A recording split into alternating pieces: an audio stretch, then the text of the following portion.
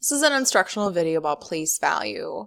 And our essential question is, how does place value help me write decimals? And this is an analyzing type question. So first off, how do I read decimals? What we'll think about first is just the place value in general.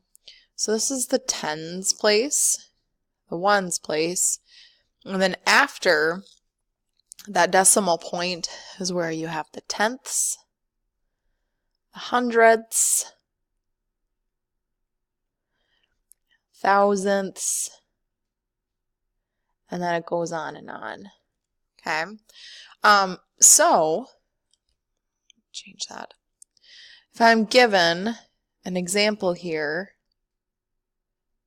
I would read this as 47 hundredths. And the reason why I read it like that is that anything after the decimal you read as you see it. So it's 47, but the place value that I end in is the hundredths place. Okay, so next comes rounding. So how do I round numbers? And we have a little rhyme that goes with it. So find your number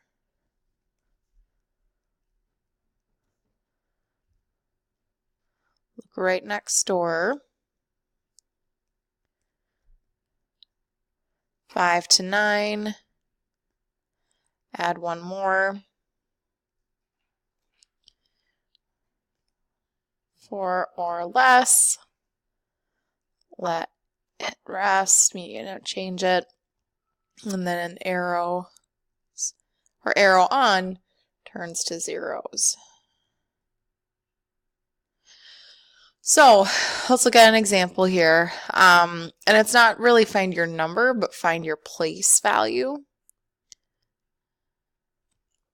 So say that I have this number and I want to round to the nearest tenths place.